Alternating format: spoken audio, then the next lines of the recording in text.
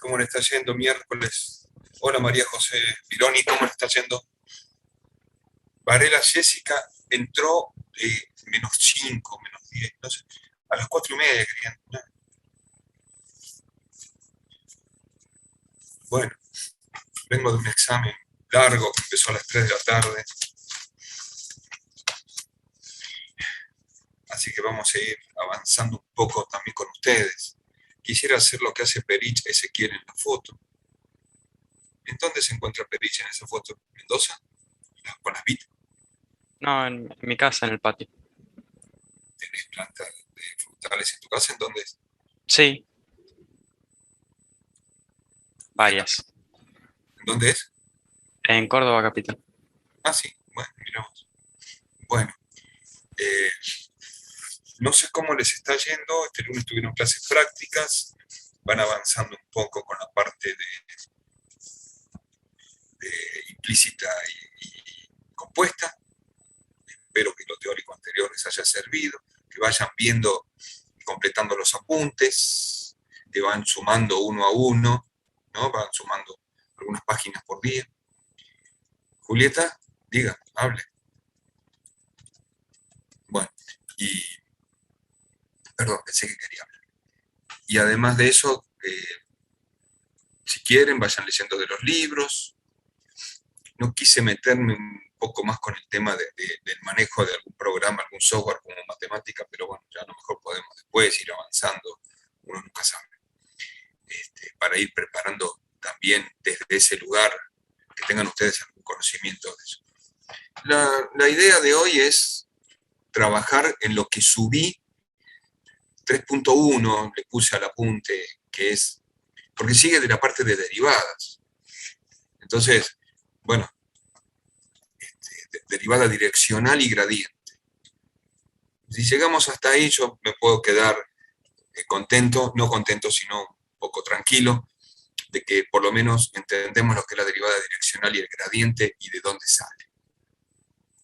Gradiente como algo vectorial, que es el primero de los vectores que vamos a ver. Rotor y divergencia son los otros dos vectores que tenemos que ver dando vueltas. No, la fecha del parcial, está buena la pregunta. Eh, Déjame ver si en 2 clases más terminamos máximo y mínimo y después de terminar máximo y mínimo hacemos el parcial. ¿Eh? Que es la mitad de la materia máximo y mínimo y después seguimos con los otros. Creo que en 2 fechas más podemos llegar a máximo y mínimo. La tercera o la cuarta puede ser el parcial. ¿Sí? Con respecto a eso, ¿puedo ir pensando en hacerlo, eh, no sé, tomo media hora de esto, medio módulo, y hacerlo a las 9, por ejemplo? Y en 3, yo te diría en 3, Jerónimo, para todos. En 3 podría ser. 3, 4 como máximo. Eh, Nos podemos tomar un módulo para consulta y un módulo a partir de las 8:30 para el examen, 8:30, 9 para el examen, una historia así podría ser, ¿no? ¿Te parece? Porque así también tenemos como una clase de consulta para el día del examen. Bueno, esa es un poco la idea. Estamos terminando, cuando terminemos máximo y mínimo hacemos el parcial, que es la mitad de la materia, porque la otra mitad que nos queda o que nos quedaría es todo integrales. Viste que después de máximo y mínimo en análisis 1 vienen integrales. Es todo integrales y ecuaciones diferenciales, que es otra gran parte de la materia que ustedes no vieron el año pasado, y que a lo mejor siempre pedimos nosotros que por lo menos las ecuaciones diferenciales de primer orden las vean en primer año, porque cabe, tienen los conocimientos necesarios para hacerlo, y la de segundo orden y demás la veamos en segundo año, que también tienen los conocimientos. ¿Bien? Perfecto. Eh, yo voy a buscar, o estoy buscando antes de compartir pantalla, así no les... ¿Alguna pregunta por ahí dando vuelta? Bien. Yo le subí, ¿no? Lo de las clases de derivada y le contaba que lo puse como clase 4 y en realidad esa clase 4 va a tener 2 partes. Parte 1 de la 4 y parte 2. ¿eh? Así que, porque vamos a tener que verlo en dos partes. Hay una parte, la segunda parte es más larga y la primera parte. Entonces, al archivo que le puse clase 4 no le puse parte 2, parte 1 y parte 2. Así que lo vamos, cuando yo le suba la parte 2 de la clase 4, la parte 1 es lo que vamos a ver. El tema es derivada direccional y gradiente, pero hay una pequeña parte de plano tangente, de normal y de algo vectorial por ahí de derivadas compuestas que no lo estamos viendo, entonces quiero terminarlo con ustedes después de esa parte. ¿Sí? Repito para que se entienda. Cuando yo le subí la clase, le puse clase 4, esa es el tema de hoy, clase 4 parte 1. La clase 4 parte 2 va a ser la próxima clase, y la próxima clase es lo de plano tangente y demás. Teorema de Schwarz, diferenciales de orden superior, eso lo vemos en la clase que viene. Pero para que lo conozcan por lo menos.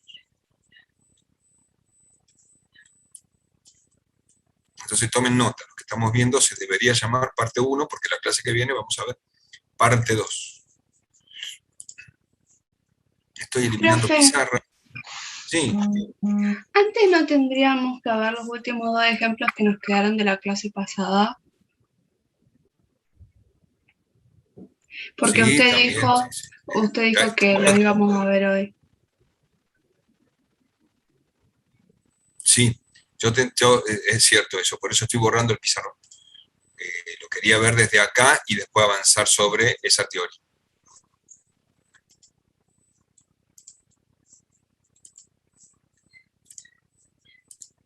Lo que dice la compañera, que no sé quién es, no, y con muy buen atino, es ver los casos generales de ecuación diferente de derivada implícita, ¿eh?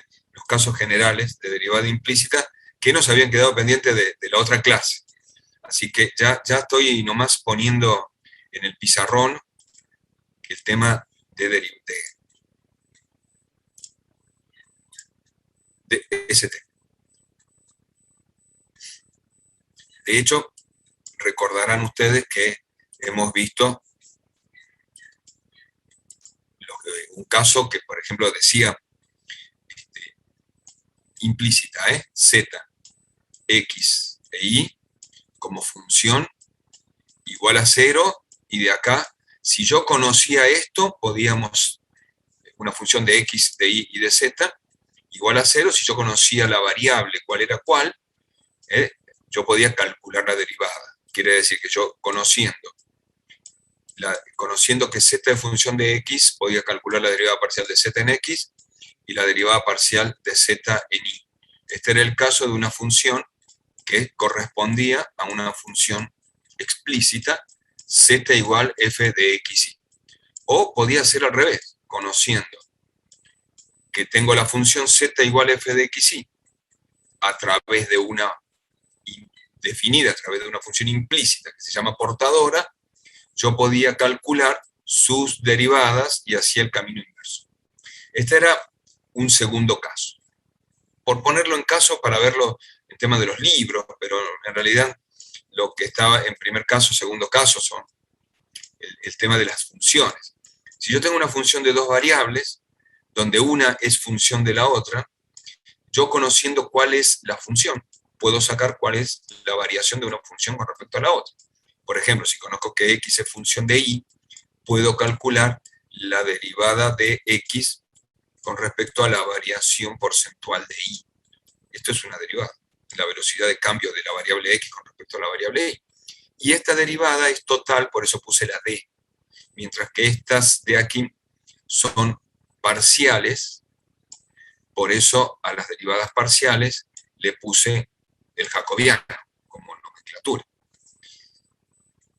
Para ir adentrando a los casos más generales, si yo tengo una función G1 que es implícita, una función G1, que es implícita. Y es esto es lo que vimos en la clase pasada y lo tratamos de ver la clase pasada a través de la regla de la cadena, que ya además ya sabíamos cómo viene y por qué el desarrollo teórico de la regla de la cadena. La función G1 es una función que tiene variable U, variable B, variable X y variable Y. Igual a 0. Tiene esas 4 variables. La función G2 es otra función implícita que define al sistema que me está faltando de portadoras G1 y G2, que es función de U, de B, de X y de Y. Es una función de 2 funciones, una función vectorial de 2 funciones, G1 y G2, que definen implícitamente a 2 funciones. Una función U, que es una función de X y de Y, y una función B, que es una función de X y de Y, a través de G1 y G2. Por lo tanto, yo voy a tener 4 posibles derivadas. La derivada de U, por eso son parciales, con respecto a X, porque U es función de X. Y la derivada de U con respecto a Y, porque U es función de Y. Pero también la derivada de B con respecto a X y la derivada de B con respecto a Y. Eso es lo que estoy intentando resolver. Ahora, si yo analizo, la función G1 tiene 2 variables, X e Y. Esto se llama función árbol, pero bueno, tiene 2 variables. Puedo aplicar 2 veces la regla de la cadena, porque X e Y son las funciones variables finales, mientras que U y B en algún momento lo llamábamos variables intermedias, que son las funciones definitivas. A la función G2 también le puedo hacer un árbol X e Y. Si a la función G1 la derivo como variable final X, me va a quedar como incógnita la derivada de U con respecto a X y la derivada de B con respecto a X, porque estoy derivando solo con respecto a X.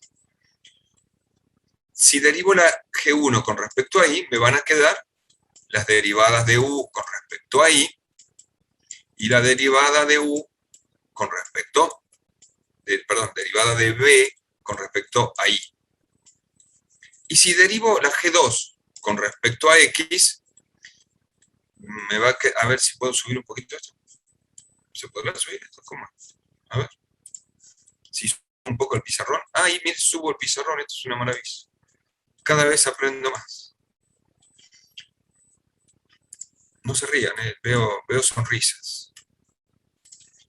Puedo derivar la G2 y la G2 con respecto a X y a Y, y lo voy a escribir más clarito abajo, ya que pude subir el pizarrón. Mientras ustedes van copiando. Si la G2 la derivo con X, encuentro como variables derivada de U con respecto a X, que no conozco, y también derivada de B con respecto a X, que no conozco. Y si la derivo a la G2 con respecto a Y, encuentro la derivada de U con respecto a Y como incógnita, y también encuentro la derivada de B con respecto a Y como incógnita. Ahora, si me fijo, entre la ecuación que yo puedo llamar 1 y la ecuación que puedo llamar 3, veo las mismas incógnitas. U con X, B con X y B con X.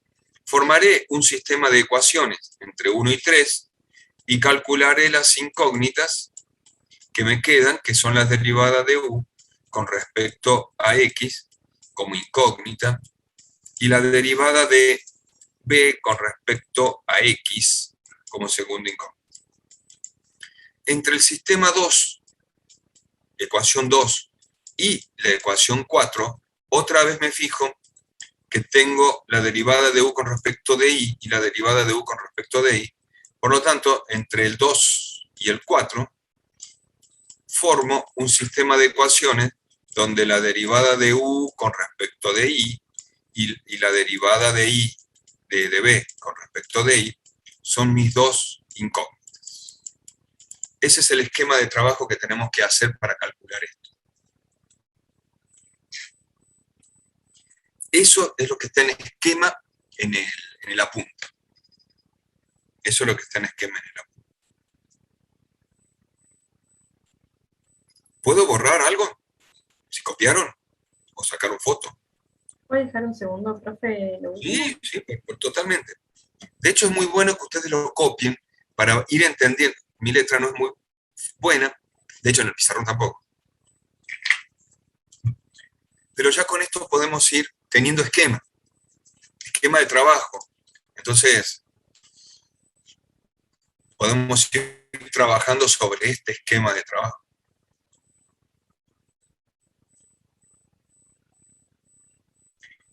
Hay caso intermedio, mientras van copiando, hay un caso intermedio donde G1 es función de u, de b y de x, hay una sola variable. Después podemos plantear un poquito alguna de esas.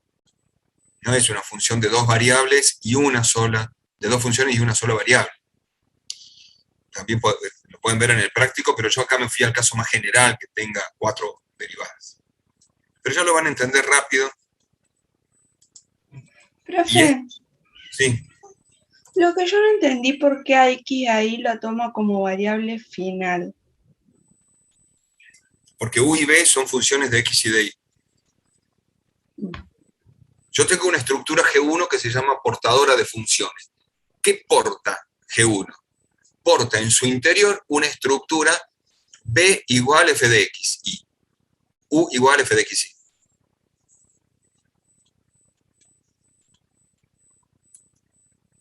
Mezclada dentro de sí mismo, como verán en los ejercicios, que no se puede despejar u en función de x y de y, ni se puede despejar b en función de x y de y. Si pudiera despejarlo, es más fácil derivar con una función explícita que con una implícita. Bien, esa es la idea. Ahora avanzo un poquito hacia arriba. Yo les dije que tenía, y había puesto allá en negro, que tenía una función G1 que era implícita y que adentro de esta función G1 había una variable u, una b, una x y una y, y que podía derivar a esta función en x y en y, como variable en x y como variable en y.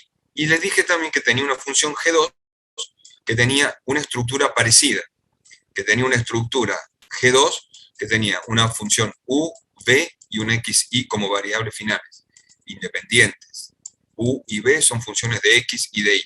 Y esto formaba una sola función, compuesta de dos funciones G1 y G2, se llama función vectorial. De 4 variables implícitas, 2 de las cuales son funciones, dos de las cuales son funciones, u y b, y 2 de las cuales son variables independientes, x y y. Esa es la función, ¿no? Así la trato de interpretar a la función. Entonces, si yo derivo G1 con respecto a x, y luego con respecto a y, voy a encontrar dos líneas de trabajo. La derivada de G1 con respecto a u, y la derivada de u con respecto a x. Estoy derivando en función de la regla de la cadena.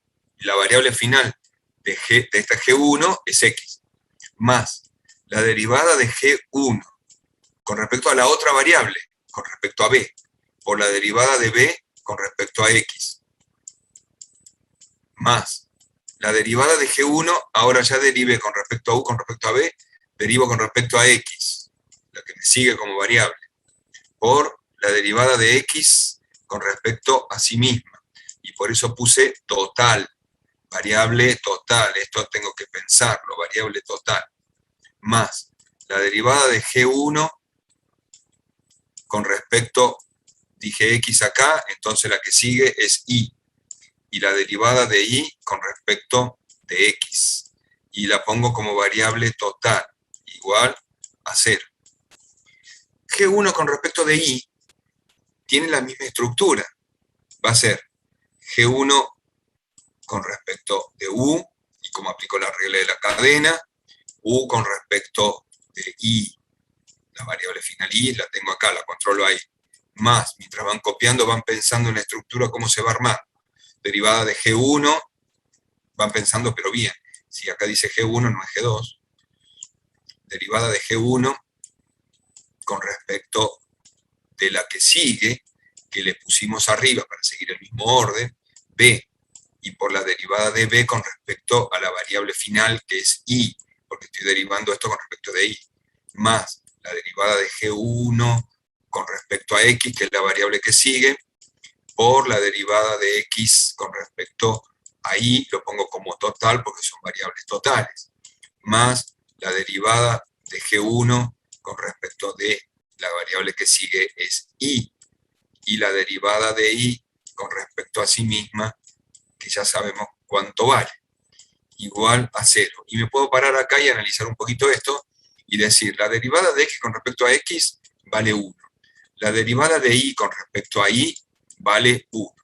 La derivada de X con respecto de Y, ¿cuánto vale? 0. Muy bien, ¿por qué lo dijo tan convencido y tan rápido? Porque no es función, no son funciones entre Si sí. no son funciones, ¿qué son? Para X es Variable constante. independiente. Constantes. Si no son funciones, son constantes. Y la derivada de una constante es 0. Muy bien. Y se me elimina todo este término. La derivada de X con respecto a X, la derivada de X con respecto a Y, digo, También. también es 0, porque X no es función de Y. Por lo tanto, se me va todo este término también. La derivada de U con respecto a X, no lo sé, es incógnita. La derivada de B con respecto a X, no lo sé, es una de mis incógnitas.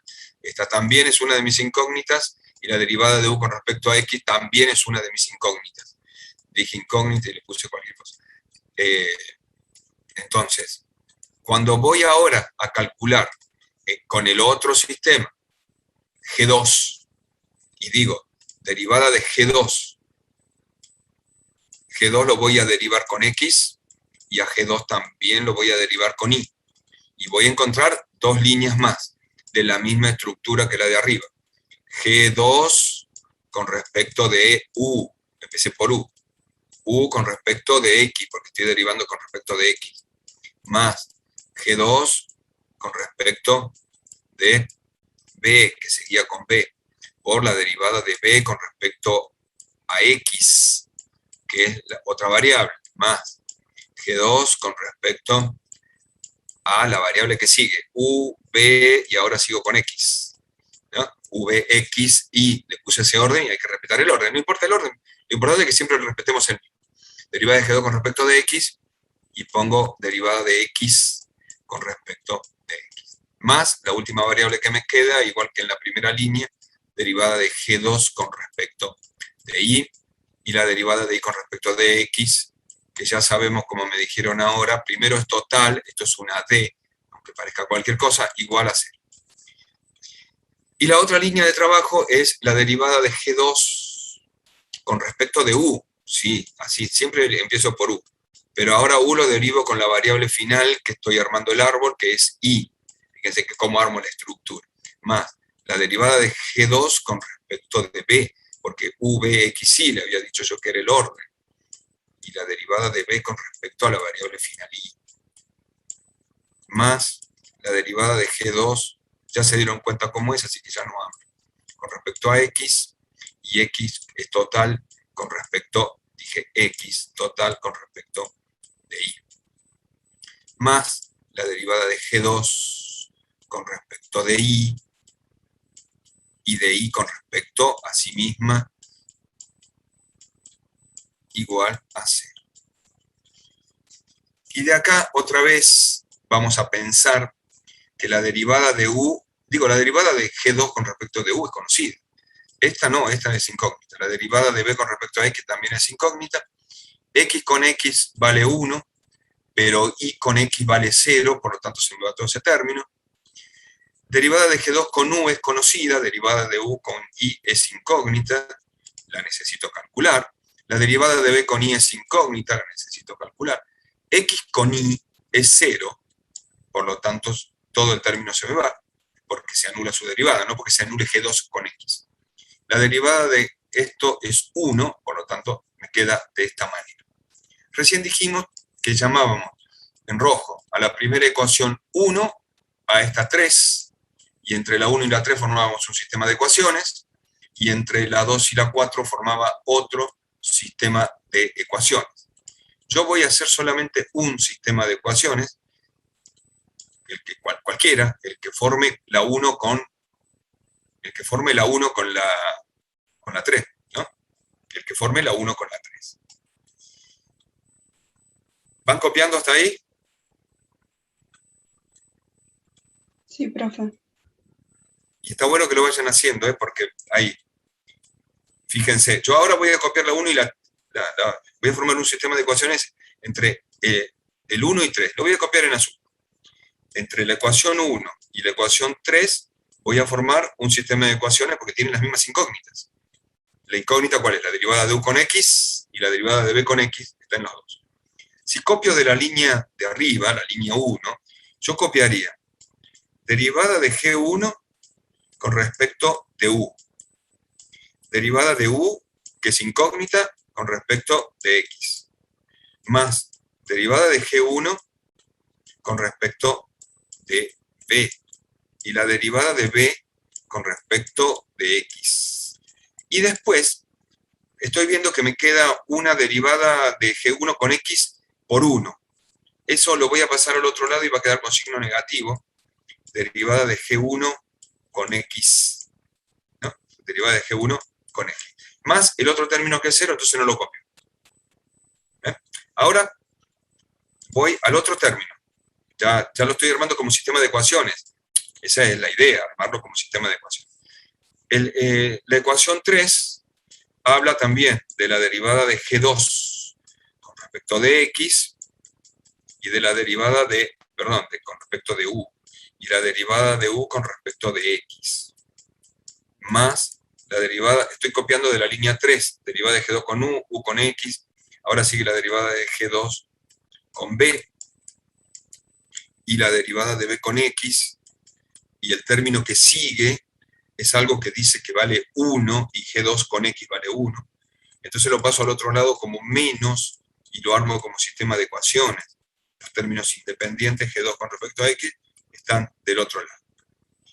Y el otro término que sigue es 0, así que no lo coloco. El otro término es 0, así que no lo coloco. Así haría lo mismo con la 2 y la 4. Y formaría un sistema otra vez, de dos ecuaciones con dos incógnitas, cuyas incógnitas son esta columna y esta columna, cuyos términos independientes son precisamente eso, y los demás son valores conocidos, coeficientes. Por lo tanto, me quedó un sistema similar a lo que resuelvo con, puedo resolverlo por matricial, me quedó un 2 por 2. Puedo resolverlo con un sistema matricial. O puedo resolverlo con Kramer. En realidad me gusta más resolverlo estilo Kramer. Así que voy a escribir cada incógnita, derivada de U con respecto de X, cada incógnita, o la otra incógnita, la derivada de B con respecto de X, es igual a un cociente de dos determinantes. El denominador es el determinante de los coeficientes de las incógnitas en el orden dado. Derivada de G1, y empiezo por cualquiera porque es con respecto a U, derivada de G1 con respecto, derivada de G2 con respecto a U, derivada de G1 con respecto a B, y derivada de G2 con respecto a B. Y arriba, como numerador, el determinante asociado a cada incógnita. que es el determinante que resulta de reemplazar la columna de los términos independientes por los coeficientes de la incógnita que estoy calculando. Entonces, si estoy calculando B en X, voy a reemplazar la columna de B en X por la columna de los términos independientes. Entonces, ¿cuál es la columna de B en X? La segunda. Entonces, en vez de poner la segunda, escribo derivada de G1 con respecto a X y derivada de G2 con respecto a X. Y la otra columna la copio tal cual está, derivada de G1 con respecto a B y derivada de G con respecto a U, perdón, y derivada de G2 con respecto a U. Muy bien. Así, copio lo mismo de este lado. Abajo como determinante principal, la derivada de G1 con respecto de B, perdón, de U. La derivada, claro, después hacen mal porque le enseñé. La derivada de G2 con respecto de U. Y la derivada de G1 con respecto de B. Y la derivada de G2 con respecto de B. Y nadie me está diciendo nada, pero hay un menos que va en la columna de los independientes, que yo lo voy a afectar a todo el determinante, porque decíamos por propiedad del determinante, si yo multiplico una fila o una columna por un mismo número, menos 1 en este caso, todo el determinante cambia de signo o se queda multiplicado por el mismo número. Entonces, vuelvo a la derivada de U con respecto a X. Es la incógnita que estoy calculando en esa columna. ¿Cómo se calcula? En el determinante principal, la columna primera, en este caso la cambio por la columna de los términos independientes. Derivada de G1 y la otra columna la copio como está, con respecto de X. Y derivada de G2 con respecto de X con menos, por lo tanto el menos lo afecto afuera. Y afuera pongo la derivada de G1 con respecto de B y la derivada de G2 con respecto de B. La dejo como está. Por lo tanto, ahí me quedó un cociente de dos determinantes que tengo que calcular cada determinante. Y una vez que calcule cada determinante, haré la resolución del determinante como el producto de la diagonal principal menos el producto de la diagonal secundaria. Digo, no importa, ahí sigo, hago este producto y le resto este producto en todos los casos del determinante y lo resuelvo como determinante. Y ahí terminó el problema, sí, entre la 1 y la 3. Tendré que hacer lo mismo entre la 2 y la 4. Eso es lo que está desarrollado en el apunte, así, tal cual se los explico. Pero ahora voy a un poco más, que también lo dicen en el apunte. Si yo quiero escribir esto con otra notación. ¿Qué otra notación? Jacobiana. Entonces, ¿cómo con otra notación jacobiana? Claro, porque Jacobo decía que la derivada de U con respecto de X era igual a un menos cociente, ahora de dos jacobianos, que los voy a escribir de esta manera. Arriba del numerador jacobiano voy a escribir las funciones. Las funciones son G1 y G2. Y abajo, las variables X y B.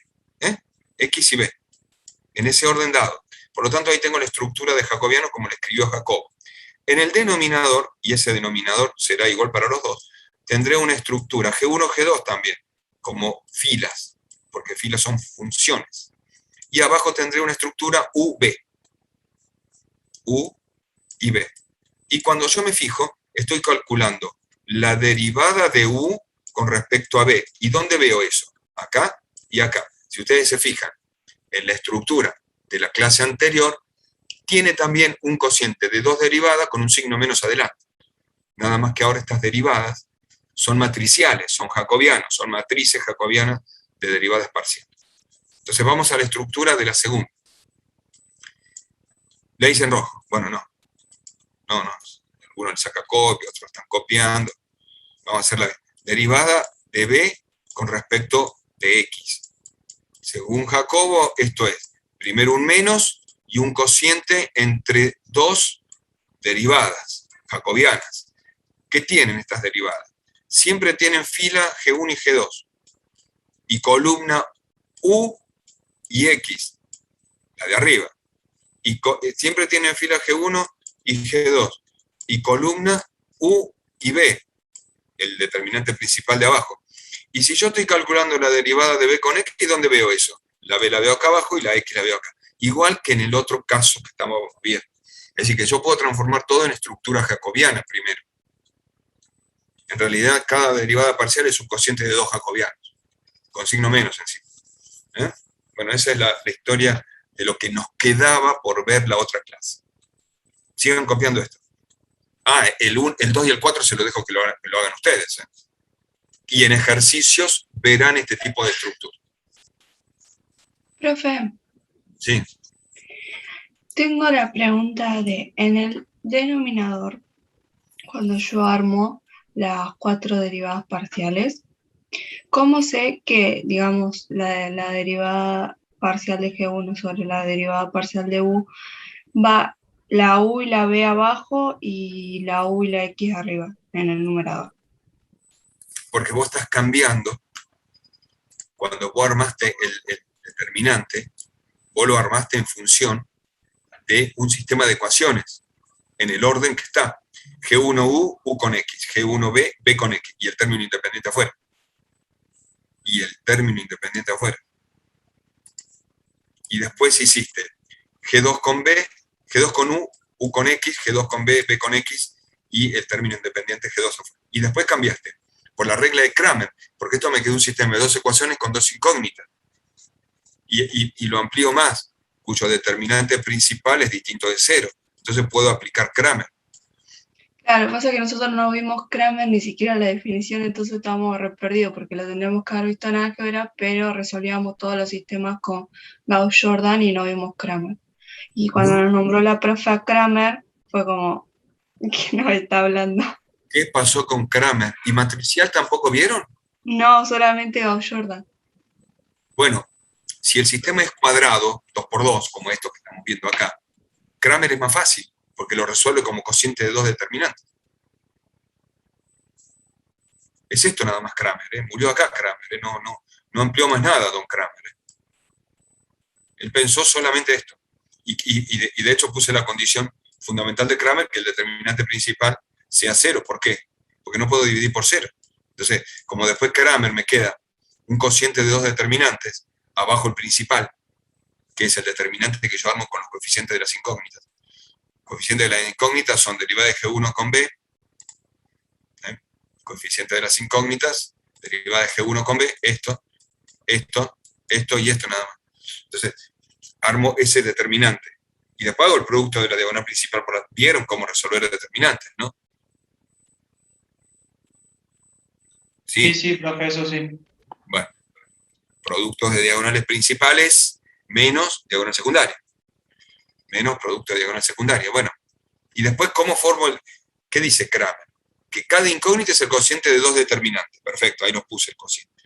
Abajo el determinante principal, que lo formo armando los coeficientes de las incógnitas.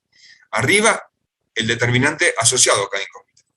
Es el mismo determinante, nada más que tomo la columna de los términos independientes y pongo en lugar de los coeficientes de la incógnita que estoy calculando.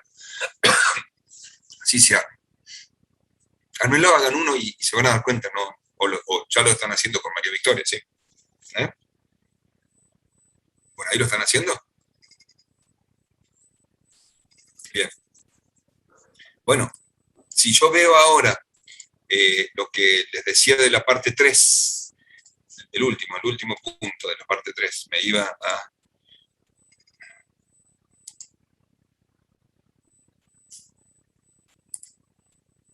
Lo que yo acabo de hacer es esto que está explicado acá, pero lo hice.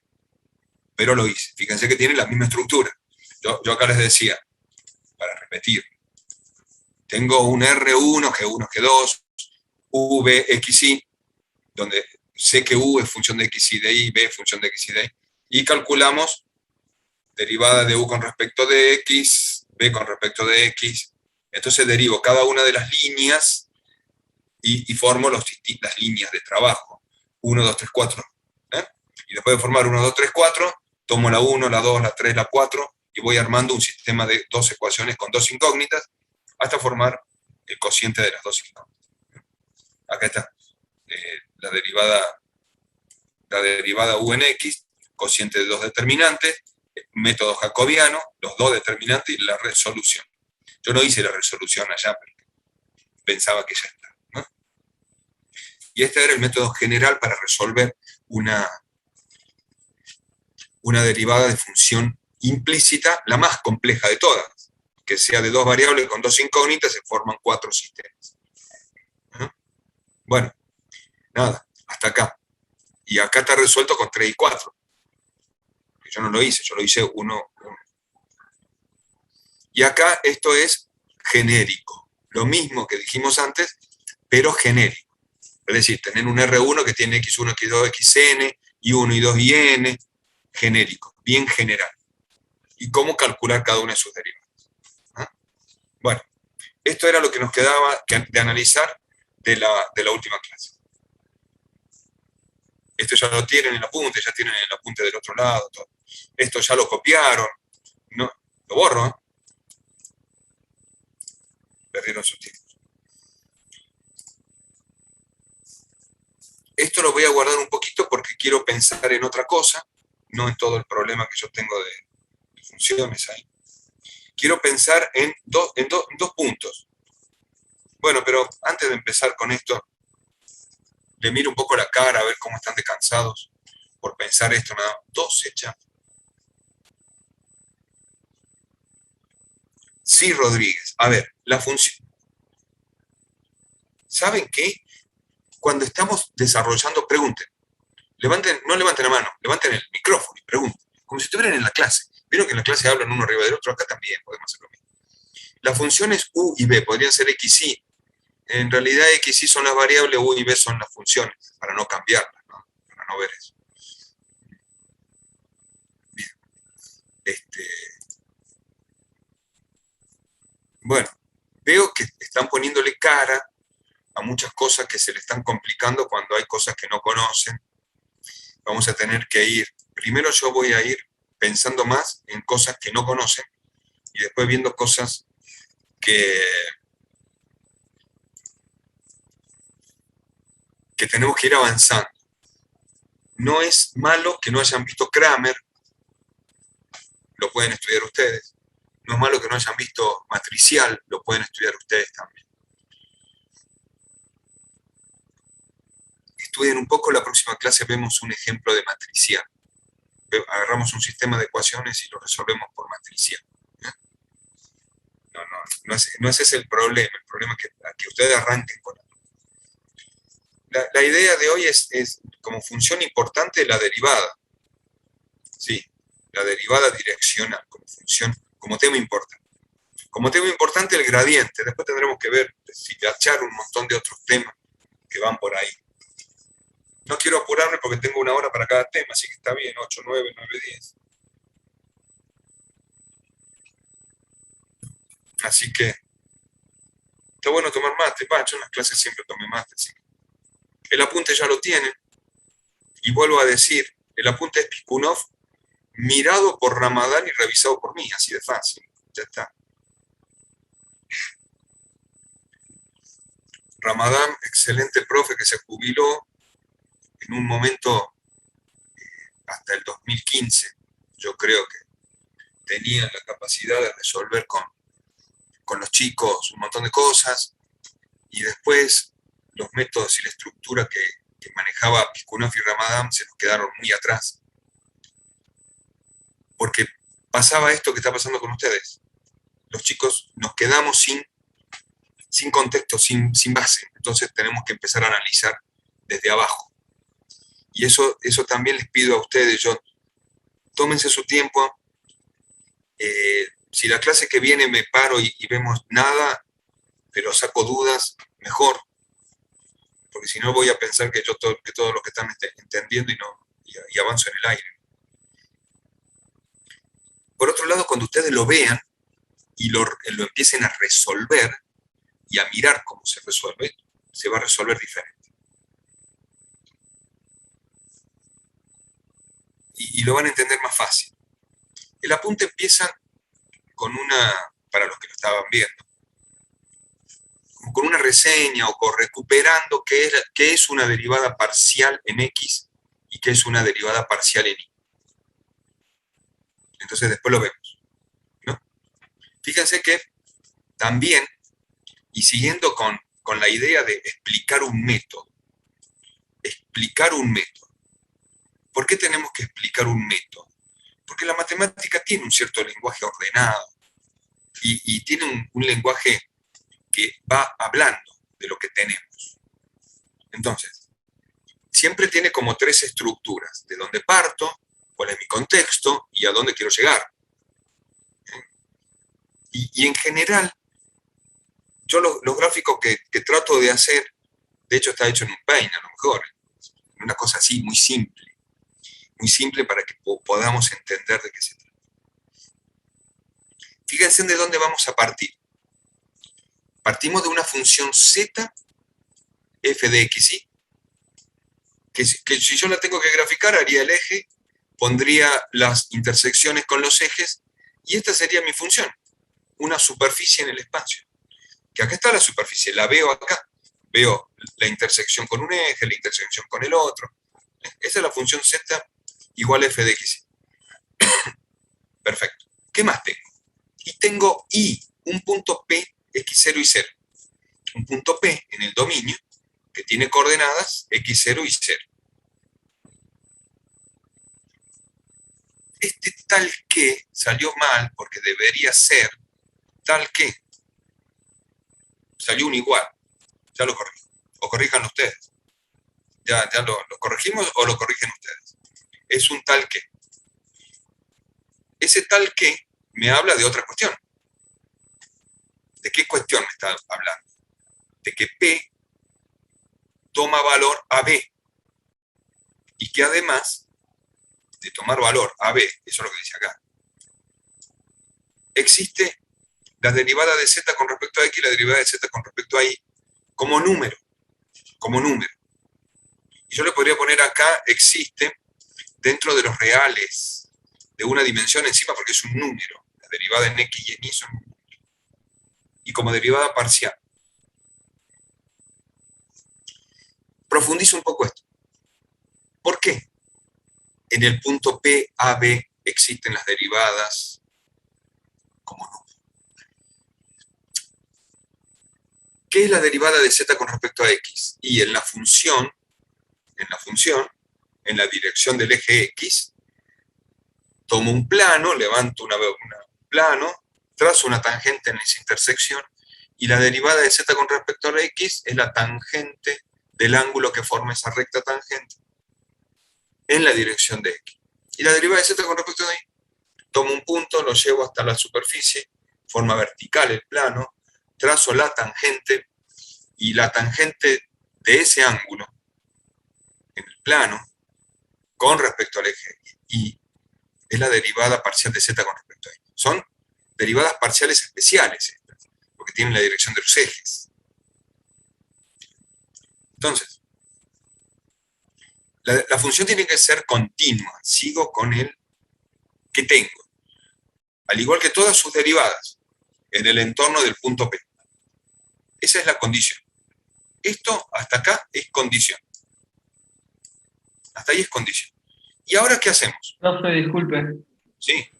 Una pregunta. Al ser continua la función y todas sus derivadas en el dominio, eso es lo que le hace ser diferenciable, ¿no? ¿O estoy Tal cual. equivocado? No es cierto eso. Yo no hablé de diferenciabilidad y dejé que ustedes lo leyeran. Ya sé. Es cierto. Listo, La gracias. condición para ser diferenciable es que sus derivadas sean continuas. Sí. Y la función también. Está bien. Bien. Perfecto, gracias. Buen concepto ese. Hay toda una media caricia de lo que es una función diferenciable. ¿Eh? No es lo mismo derivabilidad que diferenciabilidad. Pero ¿saben qué? Ese tema se lo dejé exprofeso a propósito para que cuando lo leyeran, profundizaran lo que estaban entendiendo. Con este mecanismo de leer y releer para poder entender mejor. Ahora vamos a definir algunas cuestiones. Un punto U que está cerca de XY, que tiene coordenadas XY, que está dentro del entorno de P. Ahí tengo U y P. El punto U está acá, es que dice XY, y ahí tengo el punto U. Están todos en el plano, ¿no? Todos todavía en el dominio, ¿no? no me fijé que ningún punto esté en el espacio, no está en el dominio. Ahora, un incremento S, fíjense, ¿no? Un incremento S, que genere delta S, en el dibujo, delta S va de U a P en el plano, hace variar X y hace variar Y. Sí, hace variar X y hace variar Y. Este sería mi delta Y y este sería mi delta X. ¿No? Está bien, hace variar X y hace variar Y. Si yo lo quiero ver un poco mejor a eso, porque genera un delta S, que es acá en este dibujito que estoy viendo acá en el medio, ¿no? Tengo del punto U y del punto P una dirección S, ¿no? Una dirección S, que genera una dirección uniendo U con P, y esa dirección S, vieron que recién no dije dirección, solamente dije tengo un S, genera un delta X y un delta Y para llegar de U a P. Ahí lo veo bien, ¿eh? Genera un delta S y un delta Y para llegar a U a P. Por lo tanto, también genera un vector entre U y P. Pero eso es otra cosa. El ángulo alfa sería entre la diagonal hipotenusa, delta S, que genera el triángulo delta X delta Y. Y esa diagonal es el incremento total, el que me produce el incremento total, que es delta X cuadrado más delta Y cuadrado. ¿Y cómo hago el incremento entonces? ¿Hasta ahí vieron esto? Hasta ahí. Ahora empecemos a... Ese es el contexto. Primero dije, ¿qué tengo? ¿Qué contexto? Digo, tengo un vector S que genera un delta S, que incrementa delta X y delta Y. Estoy leyendo esto. Y digo, S también es dirección, pónganle ahí, una dirección S. Un vector dirección es solamente una referencia, por ahora, que genera el delta S, porque varía delta X y delta Y. Bien, ahora voy al desarrollo. Al desarrollo. ¿Qué quiero encontrar yo con esto? Con este contexto y con este desarrollo. Yo estoy buscando cuál es la derivada de la función en el punto P. ¿Y cómo hago la derivada? Y tengo el punto P, voy hacia arriba en el espacio, encuentro T de P, o sea, la función valuada en P. Tengo el punto U en el plano, voy hacia arriba en el espacio y encuentro el punto R, donde la función está valuada en R. No me interesa conocerla, pero ahí la función también está valuada en R, ¿no? Tendré un T de U, pero no me interesa el T de U, pero lo tengo, el T de U es el valor de la función en el punto R. Para ir de U a P, pasé por un valor delta S y que se formó un incremento delta Z, que es lo que la función se incrementó o se decrementó. Acá yo puse que hay un incremento, mayor el valor en R que en P, que T. Creció, la función creció. Por lo tanto, el segmento delta S en el espacio es paralelo al delta S en el plano. De hecho, es paralelo al plano XY. Pero bueno, eso es contexto. Casi consecuencias matemáticas. Eso, lo que está dibujado es lo que ya está dibujado. Ese incremento delta Z es la función final menos la función sin incrementar. Sería el f de x más delta x, y más delta y, esa es la función incrementada, menos la función original sin incrementar.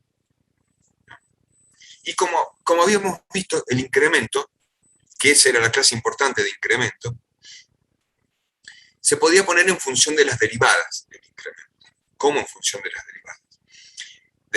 El incremento era la derivada de z con respecto a x evaluada en el punto P por delta x, sin tomar límite, sin haber tomado límite antes. La derivada de z con respecto a y evaluada en el punto P por delta y, más los infinitésimos. Esos infinitésimos de orden superior eran dos partes. Uno debido a delta x y otro debido a delta y multiplicado por los épsilon, que porque pueden ser diferentes los llamamos epsilon 1 y epsilon 2. Ahora yo quiero sacar, realmente yo quiero sacar la derivada de la función. Y el concepto de derivada de la función en el punto P del dominio, quiere decir la derivada en el punto T del espacio. Y la derivada es esta recta tangente que tengo acá, en azul, cuyo ángulo es gamma. Entonces, lo que yo estoy buscando es la tangente trigonométrica de gamma, la derivada direccional. ¿Y qué es la derivada direccional? Bueno, primero tengo la unión en el punto T y R, que me hace un ángulo gamma 0, que es el delta S, delta Z acá, en este segmento, delta S en el segmento, en el cateto S adyacente. Y ahora voy a la definición de derivada. La derivada es el límite del cociente incremental, cuando el incremento de la variable tiende a 0. Entonces, tengo que formar primero el cociente incremental, después la variable hacerla tender a 0. Y después, cuando ocurre eso, el punto U pasa y tiende al punto P. Y va a pasar el punto U por sucesivos puntos, donde entonces la recta secante entre esos dos puntos va a tomar infinitas sucesiones de P a S, hasta que en el punto P, cuando U tiende a P, la recta secante se transforma en recta tangente en P, tangente T en P. Definición de análisis matemático 1, pero llevado acá al espacio. Pero es lo mismo. Ahora, volví a copiar lo mismo, para que no me pierda. Pero ahora, ¿qué les dije?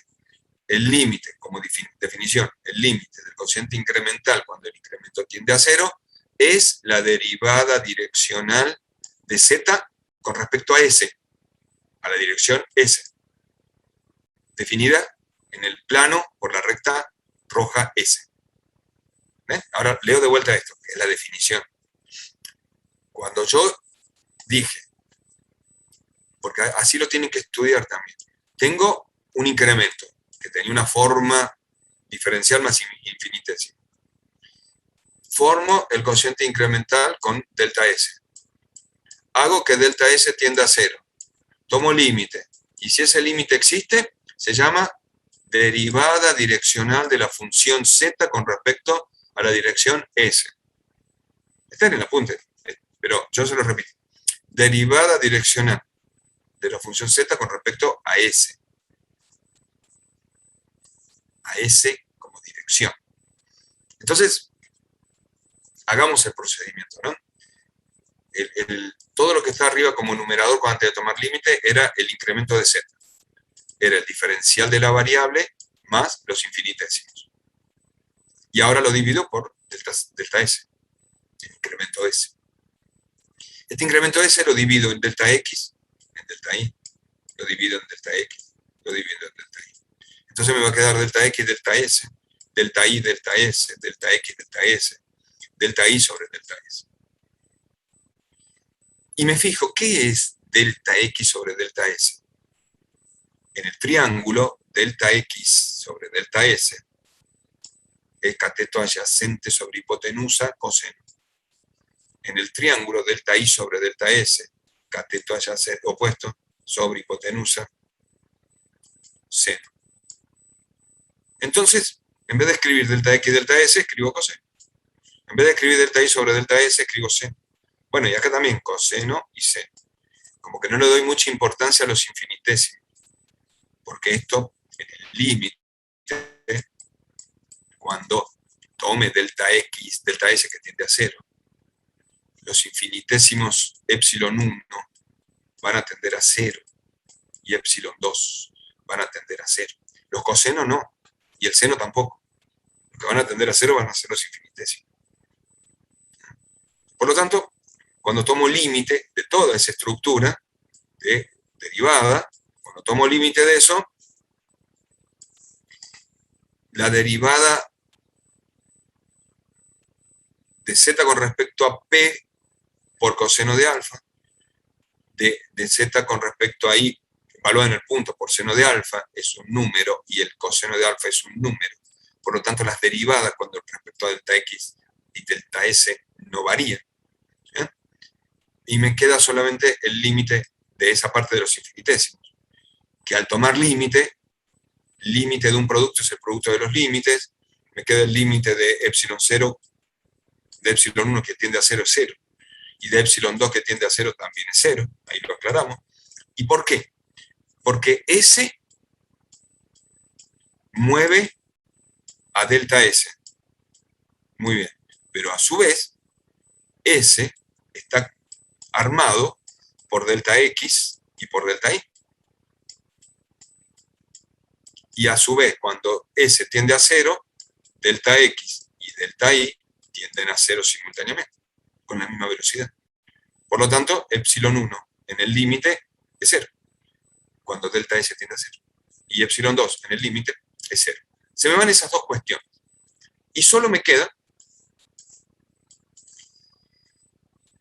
la derivada, que la leo del párrafo de abajo, que está en negrita, derivada direccional de z con respecto a s, igual a la derivada de z con respecto a x coseno de alfa más la derivada de z con respecto a y seno de alfa, valuada en p, así se lee. Y acá también podríamos decir la derivada direccional de z con respecto a la dirección s. Y acá viene el tema, S es una dirección. Tengo que empezar a pensarlo en términos de dirección. ¿Y cómo defino una dirección? A través de un ángulo, a través de dos puntos, a través de un vector. Un vector, sí. De hecho, yo conozco 3 versores que me definen la dirección. Si yo tengo un vector 1, 0, 0, me define la dirección del eje X. El 0, 1, 0 me define la dirección del eje Y. Es el versor IJK. ¿No? Y el 0, 0, 1 me define, que salió grande seguro, me define la dirección de Z. Es decir, tengo vectores que definen direcciones. ¿Por qué se llaman versores? Porque tienen la dirección de cada uno de los ejes. Y No. módulo 1. Ah, porque tiene módulo 1. Porque hay muchos vectores que tienen la dirección del eje. 400 también tiene la dirección del eje X. Y no por eso es Tienes versor. razón, sí. Siempre tengo razón, acordate. No, mentira, es chiste. Porque mi señora me dice que no tengo nunca razón. Pero bueno, el 400, o sea, es versor porque tiene módulos 1. Módulo unitario. Todos los versores tienen módulo unitario. ¿Cuántos versores hay? Infinitos. Porque hay infinitas direcciones. Que yo conozca X, Y, Z y JK son los más famosos, pero hay infinitos versores. Avanzo un poco con esto. Hay un triángulo que no lo estoy aplicando mucho y no lo estoy usando, que es el triángulo RT que tiene delta S, delta Z, con el ángulo gamma sub 0. ¿Eh? No lo estoy viendo mucho ese. Ya, ahora lo vemos, porque es para la interpretación gráfica.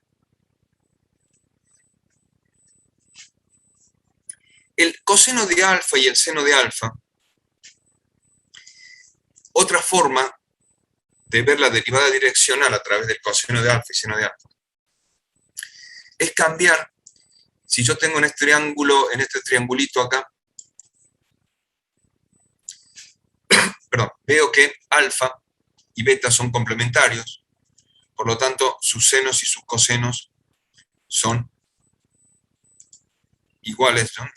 Porque son complementarios. O sea, el seno de alfa es el coseno del complemento. ¿Eh? De ahí viene la palabra coseno. El seno de un ángulo es el coseno del complemento, coseno del complemento. ¿Eh? De ahí viene, no sé si sabían, pero yo les cuento. Seno de un ángulo es el coseno del complemento y el seno de beta es el coseno del complemento, que es alfa.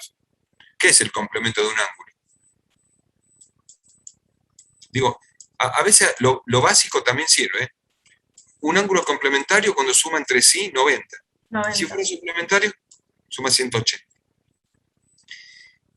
Trigonometría. Ahora, Resulta que yo a la derivada entonces de z direccional de z con respecto a la dirección s, la puedo escribir como función de seno y coseno de los complementos. Antes acá iba coseno de alfa, ahora le pongo coseno de beta, seno de beta. Y antes acá iba seno de beta, seno de alfa, perdón, y ahora le pongo coseno de beta. Pero también, como para cambiar un poquito la historia, y que es importante esta otra definición de derivada, donde dejo el coseno de alfa de un lado y del otro lado pongo coseno de beta. ¿Por qué? Porque utilizo para un eje el coseno de alfa y para el otro eje el coseno de beta. ¿Por qué? ¿Qué les parecería a ustedes? Porque bien yo podría haber puesto la primera definición en función del seno de beta y del coseno de beta. O bien la otra definición en función del coseno de alfa y del seno de alfa. Pero, ¿qué ocurre? ¿Por qué puse coseno de alfa y coseno de beta? ¿Por qué es tan importante? Porque coseno de alfa y beta habla de los cosenos directores del vector S, que me marca la dirección. ¿Ves? La dirección S tiene alfa en la dirección X y beta en la dirección Y.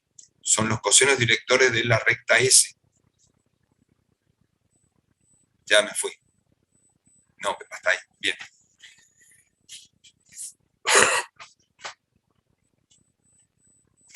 ¿Cómo me gustaría que puso un chat y no me habló? Trigonometría de la barata. Trigonometría de la barata, Sandra. A ver. Resulta que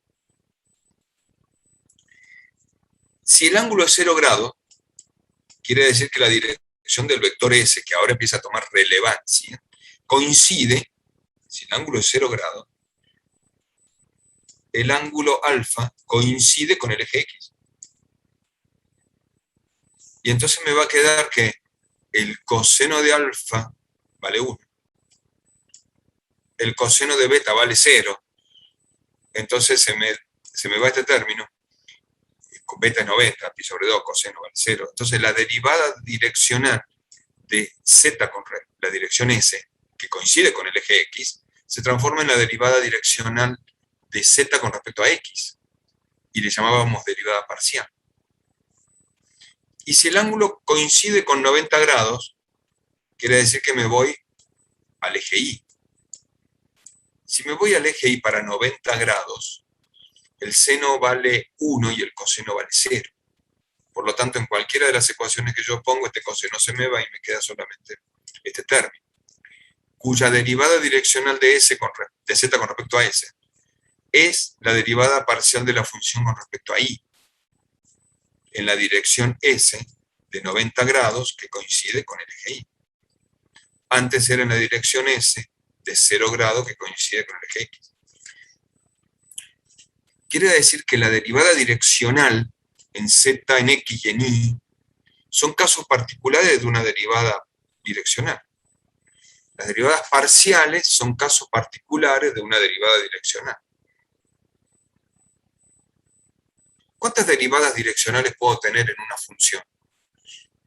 En cada punto de la función yo puedo tener infinitos planos tangentes, según las infinitas direcciones de S vector. Por lo tanto, tengo infinitas derivadas direccionales, según S.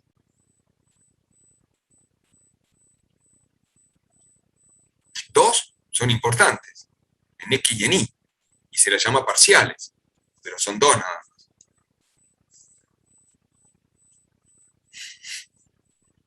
Avisen cuando voy muy rápido. Así o me freno o no les doy bolillas. Tengo dos opciones. ¿La van hasta ahí? ¿La ven? Sí, profe, hasta ahí va. Si fuera en el espacio, generalicemos. Viste que la matemática habla de parto de acá, hablo de un contexto, quiero llegar a algún desarrollo, después lo generalizo. Y es nada más que eso la matemática. nada más que eso. Si me voy al espacio, el vector S en el espacio va a estar dado por un incremento delta S en el espacio, que me forma alfa, beta y gamma, y la función W no la puedo ver. El dominio de la función W, sí, el dominio sí. El dominio es volumétrico. Es el volumen a lo mejor de este cubito que tengo ahí. Este sería el dominio de la función W. Y la función, no sé, está acá arriba en un espacio de otra dimensión, no la veo. Pero veo el dominio de la función W, que está en el espacio. Resulta que cuando S incrementa delta S aparece como una diagonal, una hipotenusa de un paralelepípedo, que sería delta x cuadrado, delta y cuadrado, delta z. Y cuando esto tiende a cero, todos los incrementos de las variables tienden a cero. Y aparecen ahí las derivadas direccionales con respecto a x, con respecto a y, con respecto a z, y la mejor forma de escribirlas en el espacio es a través de los cosenos directores de la recta S.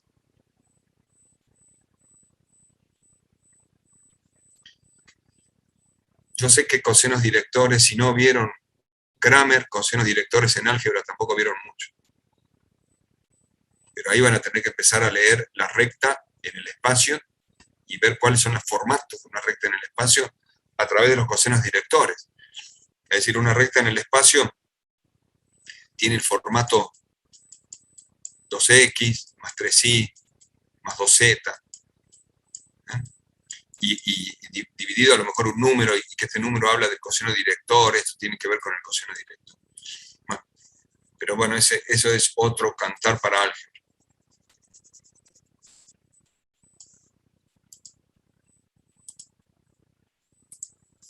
Así que en el espacio, la derivada de la función, la derivada de W en la dirección S, la derivada direccional de W en la dirección S, es una suma también de derivadas parciales multiplicadas por cosenos directores,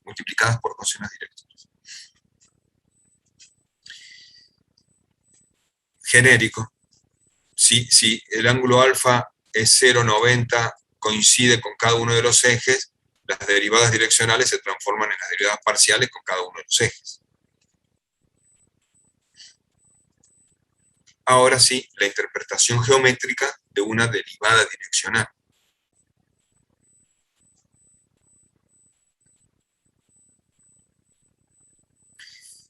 En el espacio, cambié el dibujito del espacio, ¿no? Hice un paraboloide. Cambiamos el dibujito del espacio para que lo veamos. Tengo el punto P, el punto Q, que llevado a la superficie me da T y R, que forma un ángulo, la tangente en el punto T forma un ángulo gamma, eso ya lo habíamos visto antes también, el ángulo sigue siendo gamma. Está formado por un delta S y un delta Z. Esa recta tangente tiene un delta S, que es este valor, y un delta Z, que es este valor, y un delta S, que es este valor. Ese delta S lo pongo acá en el plano, porque está en el plano, es la hipotenusa de P y Q, entre P y Q. Lo llevo al espacio, y digo entonces que cuando el delta S tiende a 0, ocurre que gamma 0, el gamma 0 es el ángulo que hace la recta secante entre R y T, entre el punto R y T. Tienden al ángulo gamma. Perfecto. Entonces, en el límite, la tangente de gamma 0 tiende a... esto me está faltando. Tiende al ángulo gamma. Gamma 0 tiende a gamma 1. Profe, le hago una consulta. Entonces la derivada direccional...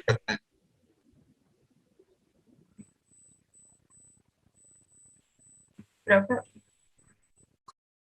¿Cómo? ¿se escucha? No te escuches, Julieta. Habla de vuelta. Vamos, que hay tiempo. Profe, ¿me escucha bien? Hola. Ahora te escucho, Julieta San. Sí. ¿Podríamos ver desde el principio esta filmina de nuevo? ¿Puedo volver a explicar desde el punto R y T?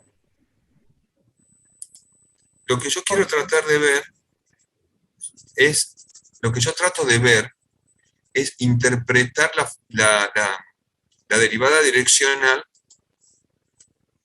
¿Qué es geométricamente la derivada direccional? Y queremos demostrar, porque ya dije yo por ahí, que la derivada direccional es la tangente trigonométrica del ángulo que forma la recta tangente con el plano. Sería, fíjense en el final, es la tangente del ángulo gamma, la derivada direccional. ¿Y dónde está el ángulo gamma? Aquí. El plano con el ángulo gamma, con la recta tangente, ¿eh? Lo azul es la recta tangente. Esa es la derivada direccional. ¿Qué tenemos de punto de partida? Tenemos RT, son dos puntos de P y Q están en el dominio. Cuando lo llevo arriba a la función tengo RT. Si yo uno R con T, tengo una recta secante. La recta secante que une RT. Entre la recta secante y el plano horizontal tengo gamma cero. Cuando en la tangente de ese gamma cero, tangente de la recta secante, del ángulo que forma la recta secante con el plano horizontal, es el cociente incremental delta Z sobre delta S. Tangente cateto opuesto sobre adyacente. Delta Z sobre delta S. Delta S lo tengo medido en el plano, pero es este segmento que tengo. Entonces tengo delta S, delta Z, la tangente del ángulo gamma cero es el cociente incremental. Cuando tome el límite de ese cociente incremental, por definición es la derivada direccional de Z con respecto a la dirección S. Resulta que cuando tomo el límite que delta S tiende a cero, en el mismo momento que delta S tiende a cero, el punto R se acerca al punto T, porque el punto P en el plano se acerca al Q. Entonces, el R va a ir pasando por sucesivos puntos donde la recta secante cada vez se va a ir transformando más en recta tangente. Entonces, la recta secante, cuando delta S tiende a cero, la recta secante se va transformando en recta tangente. El punto P tiende al punto Q en el plano. Y en el espacio, el R tiende al T. Bien, veamos los ángulos. El gamma 0 tiende al gamma 1, Profe, que es el 180 gamma. ¿tangente a qué punto sería? Tangente en T. Ah, bien. Tangente en T. Y ahí aparece tangente en T, entonces es la tangente del gamma 0 cuando gamma 1 tiende a gamma 0 tiende a gamma 1. Entonces, ¿cómo hacemos? Reemplazamos el gamma 1 por gamma 0 y es tangente de gamma 1. Es la tangente de 180 menos gamma. El gamma está medido acá y mirá, el gamma 0 estaba acá. Entonces, por eso ahí es menos tangente. Porque la tangente de un ángulo, me tengo que ir a lo básico, la tangente de un ángulo así es menos la tangente del que está, o simétrico se llama. ¿Dónde se medía la tangente? Sobre una circunferencia trigonométrica, donde este valor era la tangente y el valor del ángulo simétrico era este valor. Y este segmento es igual a este segmento. Entonces es menos la tangente del ángulo simétrico. Entonces, la derivada direccional es el límite del cociente incremental cuando delta S tiende a cero, es el límite de la tangente gamma cero cuando delta S tiende a cero, y es la tangente trigonométrica en el punto del ángulo gamma, que forma la recta secante con el plano. Es ese gamma, con el plano Z0. Así que la derivada es la tangente de este plano, acá, que forma este plano. Esa es la derivada direccional.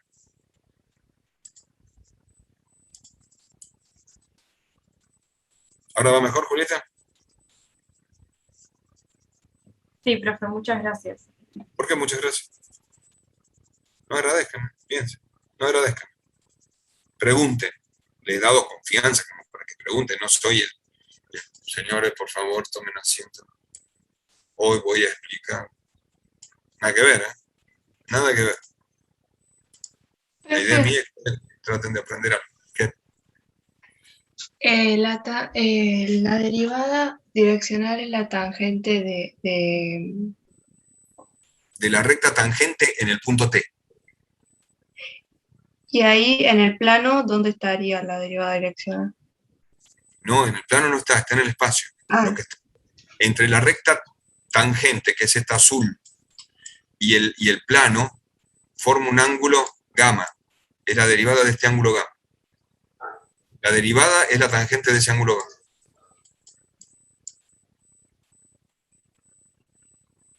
La derivada es simplemente la tangente trigonométrica que forma el ángulo gamma. ¿Y cuál es el ángulo gamma? El que forma la tangente geométrica con respecto al plano z igual a 0. Porque el ángulo lo tengo que referir a algo. ¿Cuál es el ángulo? Entre la tangente y el plano. Z0 y la tangente. Este es el ángulo. ¿Dónde está la recta tangente? En el espacio.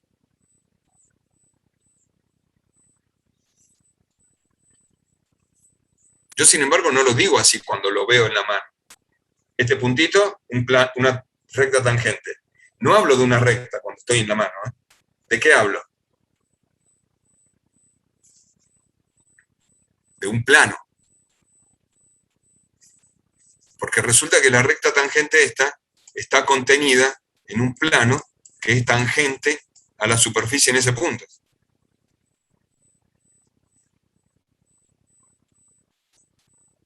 Que contiene la recta tangente.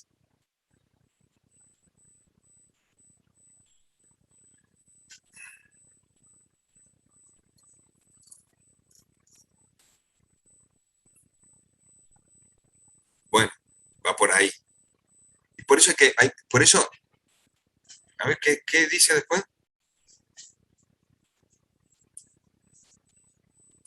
Por eso hay que leerlo, ¿eh? Por eso hay que leerlo. Por eso esto de la derivada direccional hay que leerlo. Hay que meterse en la cabeza qué es.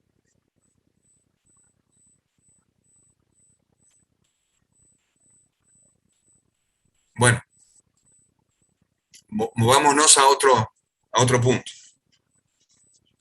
Casi me muero porque se me perdió el celular. Movámonos a otro punto.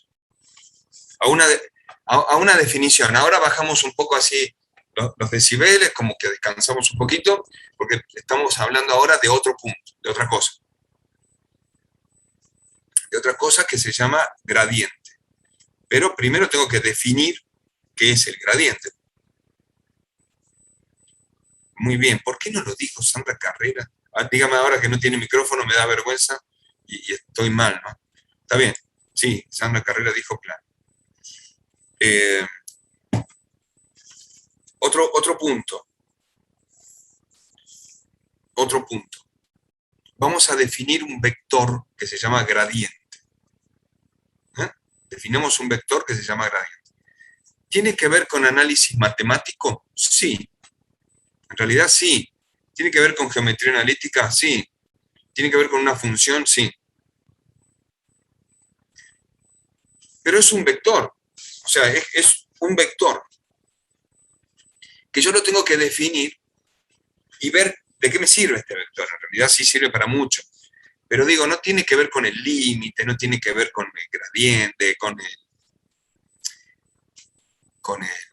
incremento. Digo, no está atado a algo, es algo, una entidad sola, aislada. Entonces lo definimos así, mira. Yo tengo, y se llama gradiente en sí, se representa con esto que se llama operador Nabla. Matemática barata. Y tengo una anécdota sobre eso. Operador. Un operador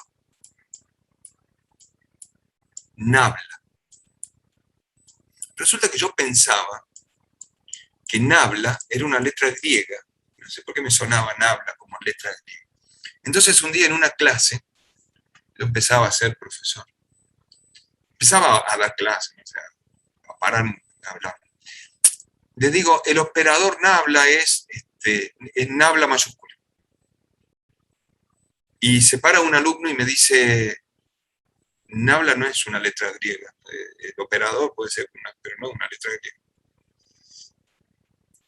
Y después lo busqué, me fui a mi casa y lo busqué. Resulta que Nabla no es una letra griega, el operador Nabla es Nabla, nada más. No tiene nada que ver con el alfabeto griego, es un operador. Como pensar que jacobiano es un operador. No tiene nada que ver con una delta, ni con D. Tiene más que ver con una J de jacobino que no, así era el error que cometí frente al curso. Y no me dio vergüenza, porque somos humanos. Así que Nabla es el operador que representa al gradiente. Perfecto, ya sabemos que Nabla es gradiente, operador de gradiente.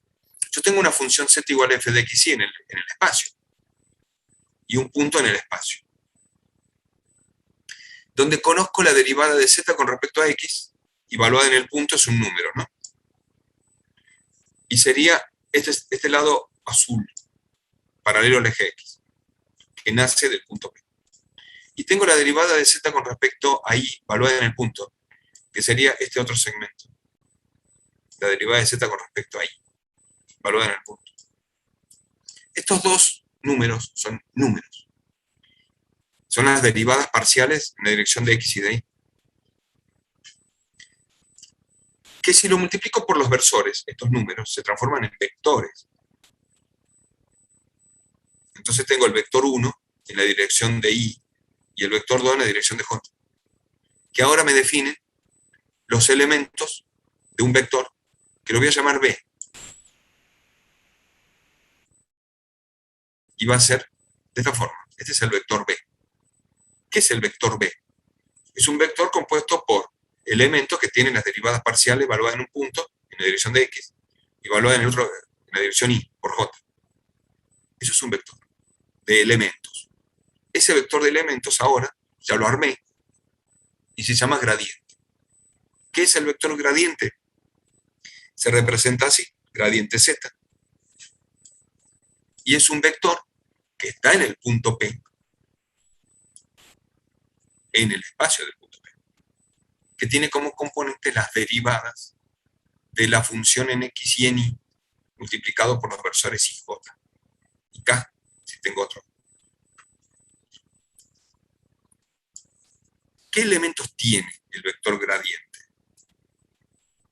Nabla z, operador Nabla z. Tiene, como cualquier vector, un módulo, que es el largo que hay entre este punto y este punto. Un módulo. Y un ángulo, θ.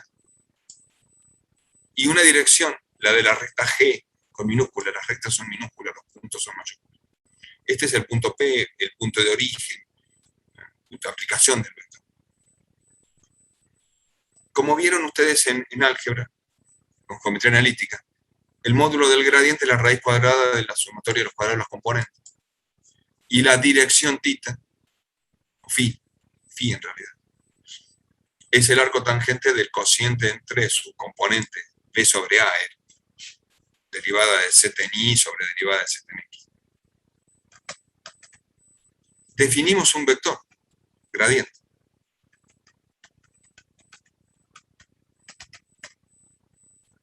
Y ahora, del vector gradiente definido,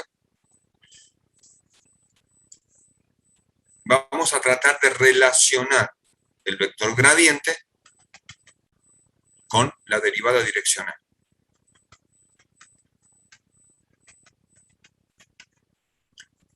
Tengo un punto P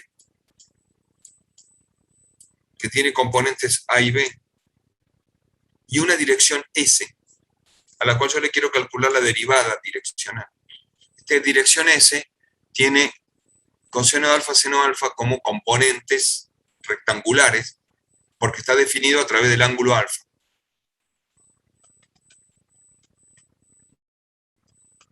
Entonces Entonces voy a definir un versor que tiene módulo 1 y lo voy a llamar S0, S unitario, S0. ¿Qué va a ser? La componente cuadrática de coseno de alfa, seno de alfa, al cuadrado, me da el vector unitario S0. Versor dirección. Y ahora voy a multiplicar al vector gradiente por el versor dirección.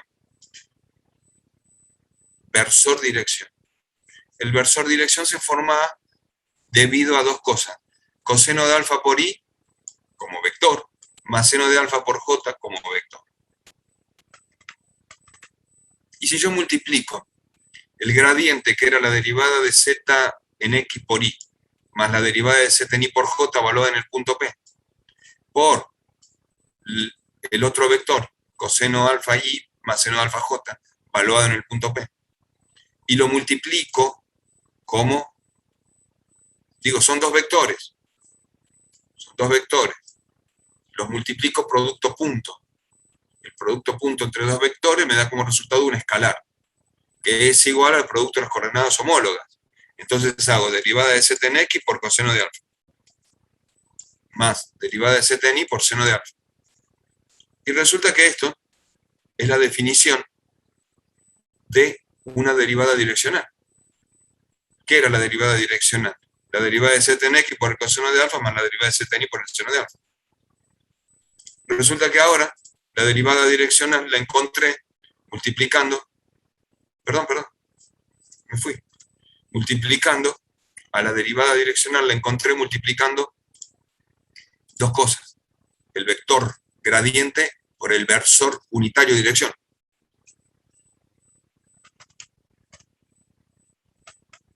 Propiedad número 1 de gradiente. Importante propiedad, fundamental.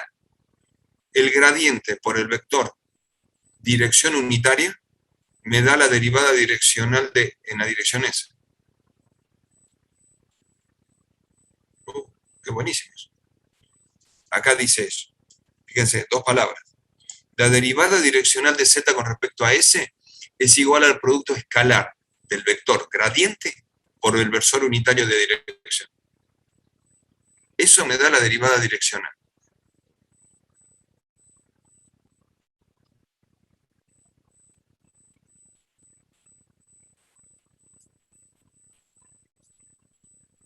Profe, ¿lo puedo repetir una vez más? 500 veces. Resulta que ustedes también lo tienen que repetir no para que lo memoricen, porque esto no se memoriza. Esto realmente se aprende por razonamiento. La derivada direccional de la función z con respecto a la dirección S es igual, estoy leyendo, al producto escalar del vector z, gradiente z, por el versor unitario de dirección.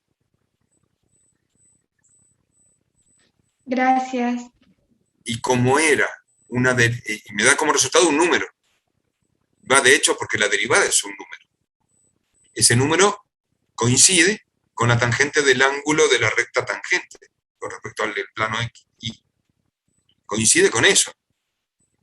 Como es un número, esto según el producto escalar, era el producto de las coordenadas homólogas, ¿no? Está bien, lo hice acá arriba. Pero también era módulo de z por módulo de S0 por el coseno del ángulo entre gradiente y dirección. Así también calculaba yo el producto escalar. Módulo de A, módulo de B, coseno del ángulo comprendido. Cuando hacía trabajo era el producto escalar. Hacía F por D por coseno de alfa. Y ahí tenía el trabajo. W por F por D por coseno de alfa. Era el módulo de F por módulo de D. En física. Entonces, la derivada direccional, no les quiero mentir, pero mirad todo lo que falta. La derivada direccional, mira, puse dos veces el igual acá. La derivada direccional es igual al producto escalar de dos vectores, gradiente z por dirección unitaria. ¿Cómo se calcula? Como producto de coordenadas homólogas, ya lo vimos. O como también derivada de z, módulo de gradiente por módulo de vector unitario. Pero resulta que este módulo de vector unitario es 1. Por coseno de ángulo comprendido. Entonces me queda solamente el módulo del gradiente por el coseno del ángulo comprendido. Y fíjense que en una situación genérica, acá este dibujito, el gradiente es rojo y en el punto P, en el espacio, tiene, en el dominio del punto P, tiene una dirección el gradiente. Pero el ángulo S tiene otra dirección y forman un ángulo W entre sí.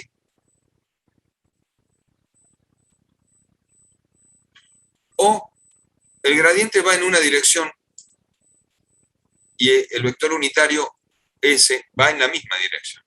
Se llaman vectores aditivos, colineales. O el gradiente del punto P va en la dirección hacia abajo y el vector unitario de dirección S va hacia arriba. Forman un ángulo de 180. Entonces ahí puedo calcular las derivadas. ¿Y por qué puedo calcular las diferentes composiciones de derivadas? Porque el coseno del ángulo, como va entre 0 y 180, va entre menos 1 y 1. Coseno de 0, 1. Coseno de 180, menos 1. Entonces el coseno va entre menos 1 y 1. Y ahí tomará entre esos valores, como está multiplicando acá arriba, por un valor, un coseno, en realidad estoy haciendo así. Mirá, gradiente de un ángulo, de vector gradiente, por 1, por coseno de omega. Cuando omega varía entre 0 y 180, el coseno entre 0 y 180 varía entre menos 1 y 1. Por lo tanto, la derivada direccional puede tener valores máximos cuando el coseno vale 1 y el ángulo vale 0. ¿Me siguen eso? Cuando el coseno vale 0, coincide el vector gradiente con el vector de dirección. El ángulo vale 0. Por lo tanto, el coseno de 0 vale 1. Y la derivada direccional es la máxima, porque estoy multiplicando por 1. Porque el coseno acá está jugando de regulador. El coseno no puede ser más grande que 1 ni más chico que menos 1, por lo tanto en algún punto es máximo. Es cuando vale 1. El ángulo es 0. ¿Ya? Y se llama derivada direccional máxima. Tiene el circunflejo para abajo. Y la derivada direccional máxima es igual al módulo del gradiente. Eso dice ahí. Que la derivada direccional máxima es igual al módulo del gradiente. Y cuando el ángulo vale pi, o sea que son vectores uno para cada lado, subtractivos, se restan, colineales en dirección contraria, el ángulo vale 180, el coseno es menos 1. Por lo tanto, la derivada direccional máxima es menos 1 y es la mínima. Deme en un minuto.